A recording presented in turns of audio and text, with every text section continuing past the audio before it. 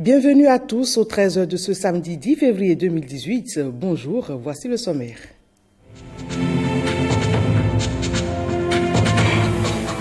De nouveaux bâtiments à l'Université nationale d'agriculture de Kétou et Idigny. Les ouvrages offerts par le Fonds saoudien de développement et le gouvernement béninois ont été inaugurés cette semaine.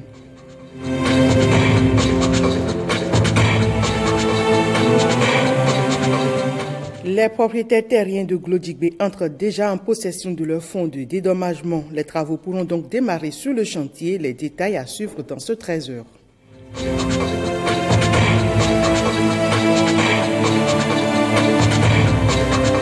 La Sobebra est désormais le sponsor officiel des activités statutaires de la Fédération béninoise de cyclisme.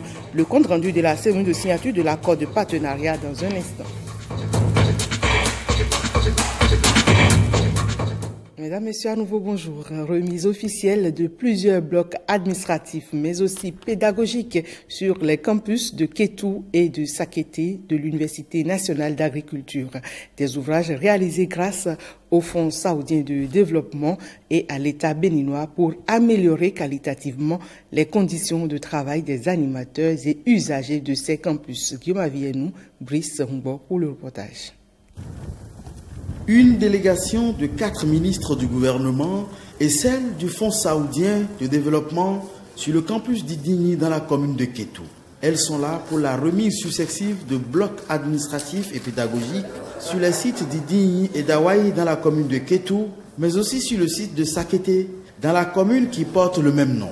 Des infrastructures réalisées à la faveur de la mise en œuvre du projet de construction et d'équipement du centre universitaire de Kétou, dépendant de l'Université nationale d'agriculture. La joie qui m'anime est aussi celle qui anime toute la communauté universitaire. Certes, les nouveaux locaux font encore l'objet d'autres challenges. 7,5 milliards de francs CFA d'investissement, dont 5,5 milliards obtenus du Fonds saoudien de développement et 2 milliards du budget national. Un investissement au service de l'éducation pour des transformations socio-économiques, salué ici du principal bailleur. The Saudi Fund for Development is glad to contribute to the social and economic development in Benin. Le Fonds saoudien pour le développement est fier de contribuer au développement économique et social des peuples du Bénin. Donateurs de parcelles pour l'érection des présents joyaux et autorités des communes de Kétou et Sakété se réjouissent de voir enfin traduit en actes un vieux rêve.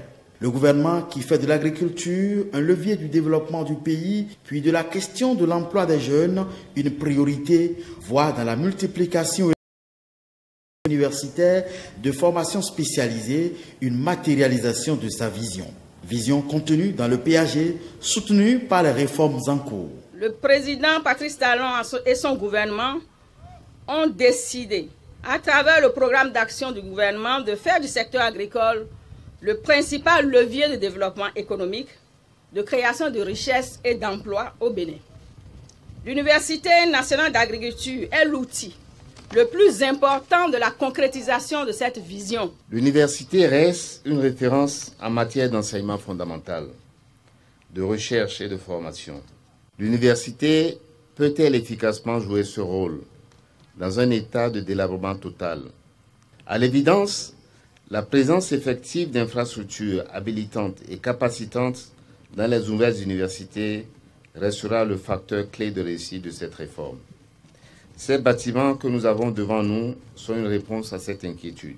Les blocs administratifs et pédagogiques des centres universitaires de Kétou et de Sakété, cofinancés par le Fonds saoudien de développement et l'État béninois, devraient être équipés sous peu, selon les autorités, au grand bonheur de leurs usagers. Les cadres du ministère des enseignements secondaires, techniques et de la formation professionnelle ont procédé à l'exposé des activités prévues pour le compte du plan de travail annuel 2018. Il est placé sous le sceau de la performance. Le point, c'est avec Cécile Houndé, Patrick Ayadji et Alexis Queneau. Cette séance consacre le démarrage effectif 2018 du ministère des enseignements secondaires, techniques et de la formation professionnelle. Il est alloué à notre ministère un crédit de 77 milliards 104 580 000 francs CFA, qui sont repartis en deux grandes dépenses. Nous avons les dépenses ordinaires, qui sont de l'ordre de 108 187 553 000 francs CFA, et les dépenses en capital, qui sont de l'ordre de 9 287 27 000 francs CFA. Le budget 2018 est décliné en 4 points fondamentaux. L'autorité de tutelle attend plus de dynamisme à la tâche pour un bilan satisfaisant au terme de l'exécution. Les résultats obtenus à la fin de l'année dernière en termes de consommation de crédit ne sont pas reluisants. Et en cela, vous connaissez bien mes sentiments. Mes sentiments par rapport à cette situation très inquiétante. Nous devons alors mettre un point d'honneur à aller au-delà de ces résultats-là et atteindre les meilleures performances pour une amélioration de l'offre éducative. Je vous exhorte donc à travailler inlassablement, avec assiduité, abnégation, détermination et rigueur en vue d'obtenir pour l'exécution de notre PTA de cette année les 100% d'exécution physique. Pour atteindre ces résultats, le ministère opte désormais pour un suivi rigoureux des activités. Un comité est déjà installé. Ses membres auront pour mission de veiller en permanence au respect des prévisions de l'agenda. Ensuite, ils devront rendre compte à la hiérarchie. Faire de l'alphabétisation un levier important de développement économique, c'est l'un des défis du gouvernement béninois à travers la direction en charge de l'alphabétisation avec la collaboration du réseau national des opérateurs privés pour la promotion de l'alphabétisation et des langues nationales Rénopal. Le ministère lance la campagne expérimentale au profit des artisans du Bénin. La cérémonie d'ouverture s'est déroulée à l'Infosec ce vendredi 9 février. Le compte rendu, c'est avec Cécile Ondé, Rebecca Kenjaoundé et Anthony Alaka. C'est un grand pas que vient de faire le gouvernement de la rupture en lançant cette campagne expérimentale au profit des artisans. Il permet à plusieurs couches de la population de bénéficier de diverses formations dans un seul but, acquérir le savoir de l'écriture et de la lecture.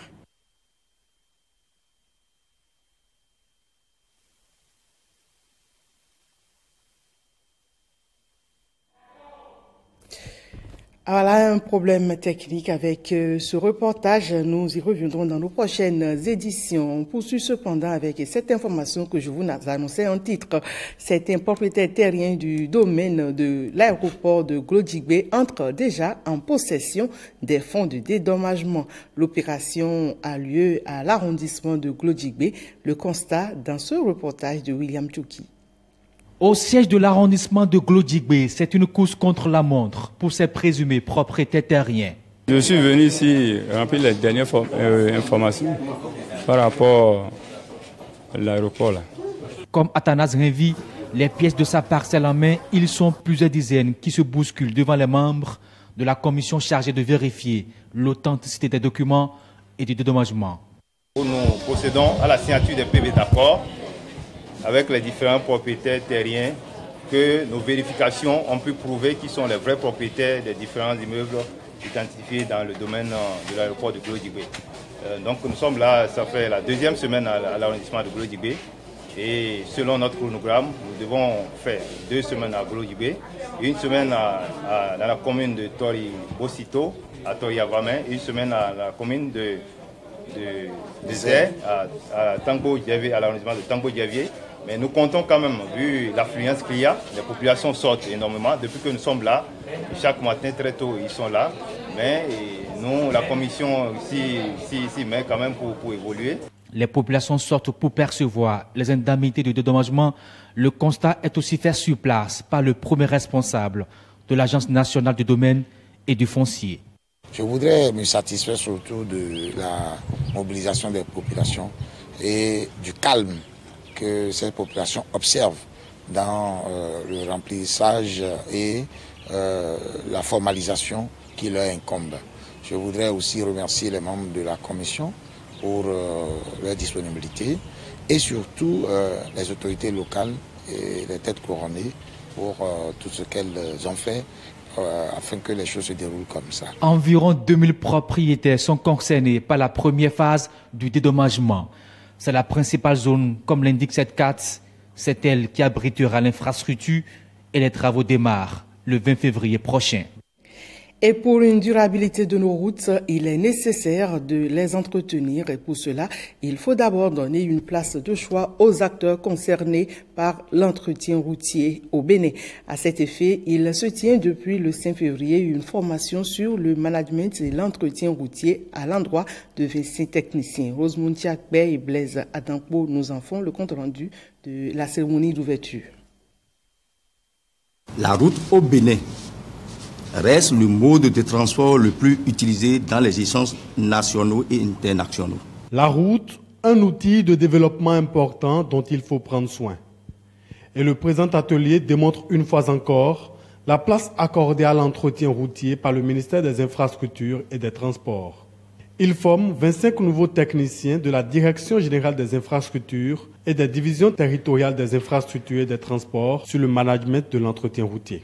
L'objectif principal de cette formation est de permettre aux apprenants d'acquérir les connaissances théoriques et pratiques de la gestion de l'entretien routier afin de garantir au réseau classé un système d'entretien routier performant. Le DPR, quand il prenait la parole tout à l'heure, a dit que les critères, c'est que ceux qui sont entre 0 et 5 ans. Donc, ils viennent dans une maison, il faut leur apprendre. Comme on nous a appris, nous autres, le métier, il faut qu'on les amène dans le couvent et qu'on leur explique ce qu'on peut mettre dans le management de l'entretien routier. La formation est conduite par des consultants et experts du réseau routier. Elle se déroulera autour de plusieurs communications, dont le financement de l'entretien routier. Les modules apprêtés à sortir des travaux pratiques sur le terrain contribueront sans nul doute à renforcer les capacités d'intervention des stagiaires de façon à ce que, au terme de la dite formation, ils soient désormais des cadres avertis et avisés dans le sens d'une gestion efficace des dossiers d'entretien routier qui leur seront confiés. Je pense, et ça doit être l'avenir de tout le monde, notre premier travail, c'est la maintenance de l'existant. Et tout à l'heure, j'ai dit que c'est un enfant malade de l'administration routière parce qu'il y a des contingences qui ne sont pas liées à la formation de ceux qui s'en occupent qui font que nous sommes à la traîne. Au thème des 12 jours de cet atelier, les 25 stagiaires vont acquérir des savoirs sur l'entretien routier. Toutes choses qu'ils devront mettre en pratique sur le terrain pour une durabilité des routes au Bénin. Public reportage du 3 avril au 30 juin 2017, la Bank of Africa Bénin a organisé une tombola qui a visé à récompenser les épargnants selon certains critères. Les gagnants connus après un tirage au sort ont reçu leur lot dans la soirée de ce jeudi 8 février au siège de la banque. La cérémonie est couplée avec la distinction des meilleurs opérateurs Western Union. Plus de détails avec Lénaïk Agbazao et Bénédicte Bossou. La chance et le hasard se sont donné rendez-vous pour contenter ces clients privilégiés de la Bank of Africa, BOA Bénin. Leur seul mérite, avoir participé à la campagne commerciale dénommée Campagne Épargne 2017. La campagne Épargne de la BOA n'est pas une initiative isolée, la BOA Bénin. Elle se déroule en même temps dans toutes les filiales du groupe Bank of Africa. L'objectif, c'est de permettre aux clients d'épargner dans de bonnes conditions. Et pour les encourager à épargner, la Bank of Africa a proposé de mettre en place un certain système d'incitation à l'épargne. Les gagnants de la tombola ont été identifiés lors d'un tirage au sort organisé à l'agence Gary le jeudi 25 janvier dernier en présence d'un huissier de justice. Et ce, à la suite d'un processus d'éligibilité. 7 au total, ils reçoivent ici des bons d'achat dans certaines surfaces commerciales de la place. D'une valeur totale de 1 400 000 francs CFA, ces bons réjouissent les heureux du jour. Je voudrais tout simplement, en notre nom à tous, dire ce petit mot, mais qui vient du fond du cœur. Merci. La BOA a également saisi cette occasion pour procéder à la remise de l'eau en nature aux agents qui se sont distingués dans le cadre du Challenge Western Union au cours de l'année 2017. Une distinction qui honore les meilleurs caissiers qui accomplissent avec célérité les opérations de transfert d'argent. De quoi motiver le personnel.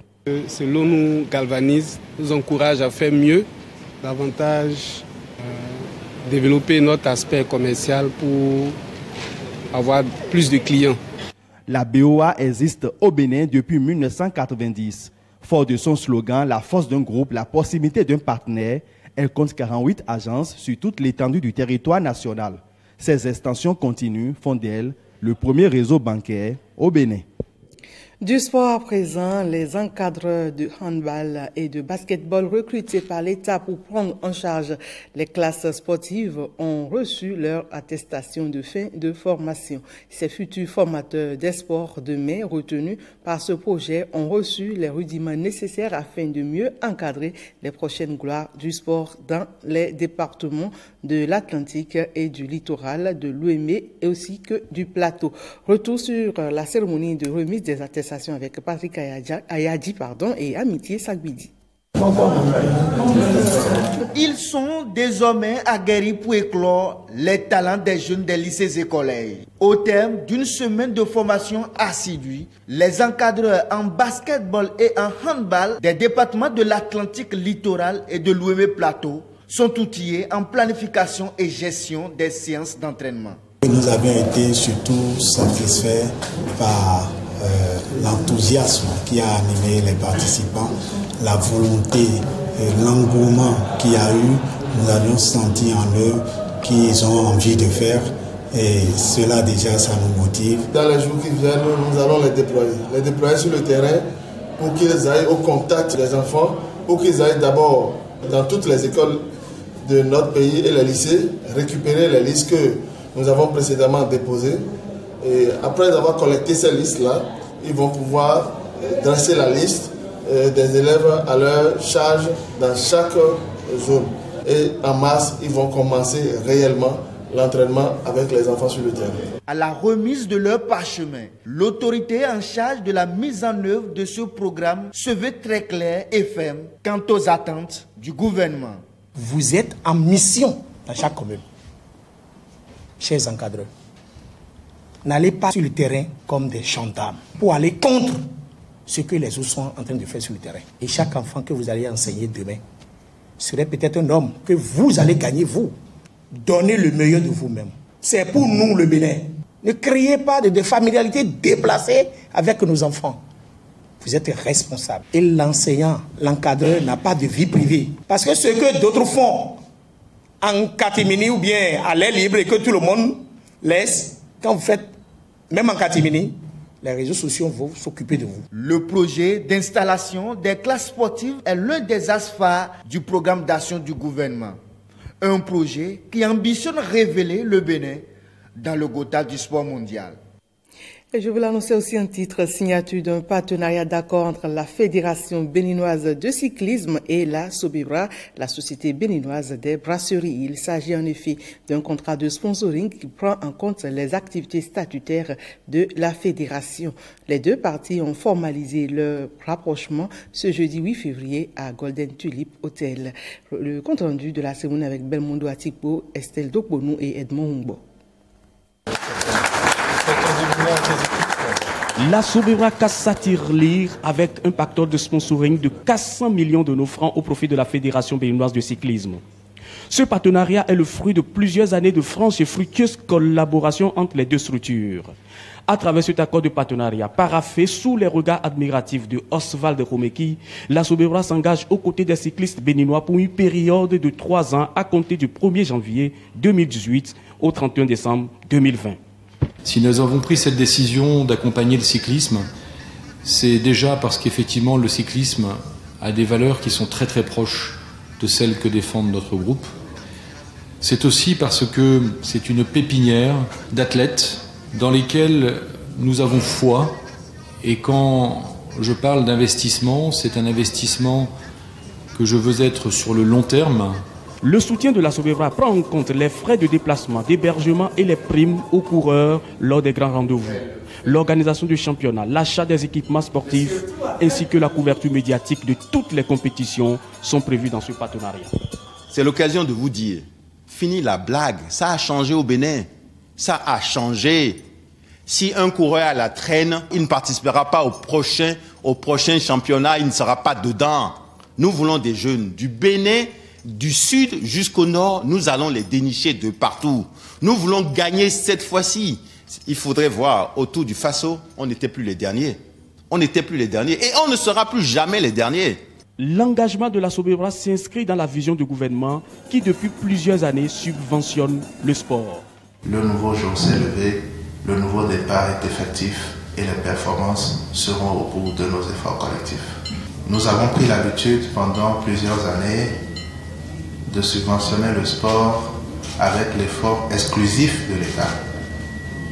C'est une joie pour moi aujourd'hui de voir une société comme la Sobebra avec la Béninoise, qui est un label national, venir au secours du cyclisme béninois dont le potentiel n'est plus à démontrer. Au cours de la cérémonie, 7 vélos professionnels ont été officiellement remis aux cyclistes dans leur nouveau maillot. Ce coup de pouce financier de la Sobebra aux côtés des cyclistes est une première dans l'histoire de sponsoring au Bénin. Et puis une note de religion pour finir, notamment c'est avec la Fraternité Fiat qui organise 11 jours de campagne d'évangélisation à partir du jeudi 8 février dans les principales villes de Cotonou du Bénin. Et cette communauté chrétienne qui a pour vocation l'accompagnement des femmes est présente au Bénin il y a 8 ans. Quand les femmes prient, c'est le thème de cette campagne nationale. La bergère générale revient sur les détails de ce grand rendez-vous spirituel. Elle est au micro de Cécile Rondé et Wenceslas Laroimou. La fraternité Fiat est en croisade d'évangélisation en Afrique. Elle parcourt les pays en annonçant la bonne nouvelle et en enseignant les Saintes Écritures. L'initiative, au dit des responsables, est d'origine prophétique. Notre première responsable, la sœur Marie-Cécile de l'Espérance, a reçu comme ça prophétiquement qu'on doit faire une caravane. La caravane a eu lieu à Dakar. La caravane a eu lieu aussi au Gabon. Le tour du Bénin a commencé à Cotonou, avec un thème qui met la femme au cœur des pratiques religieuses. Le thème de cette caravane, c'est quand les femmes prient. Quand les femmes prient, beaucoup de choses se passent. Quand les femmes prient, le cœur de Dieu est touché. Alors il est bon que nous puissions mener à bien cette évangélisation pour que les femmes qui sont fatiguées, les femmes qui sont découragées reprennent courage, reprennent l'espérance en Dieu. Car c'est Dieu seul qui est capable de changer notre existence. Un message d'espérance et de confiance en Dieu. Un message tiré des propos de la mère de Jésus le Christ à Élisabeth, la mère de Jean le Baptiste. Mon âme exalte le Seigneur. Alors, au début de cette caravane, il est normal que nos cœurs soient dans la joie, que nous les femmes trouvons notre joie dans le Seigneur afin de pouvoir nous mettre ensemble pour prier pour ce pays, prier pour nos familles. Prière pour le pays et les familles, dans la joie et la musique. La musique à l'église, c'est pour honorer Dieu. Donc nous le louons, nous le chantons, nous l'élevons pour proclamer qu'il est encore vivant, il est Seigneur de notre vie, il est le Sauveur de notre monde. Le Sauveur du monde que proclament les femmes chrétiennes catholiques de la fraternité Fiat, une fraternité au sein de laquelle ces femmes vivent leur foi comme membres du corps du Christ, l'Église catholique romaine. Et voilà, c'est tout pour ce 13h. Merci mesdames, messieurs de l'avoir suivi. Bonne suite de journée, toujours en compagnie de nos programmes.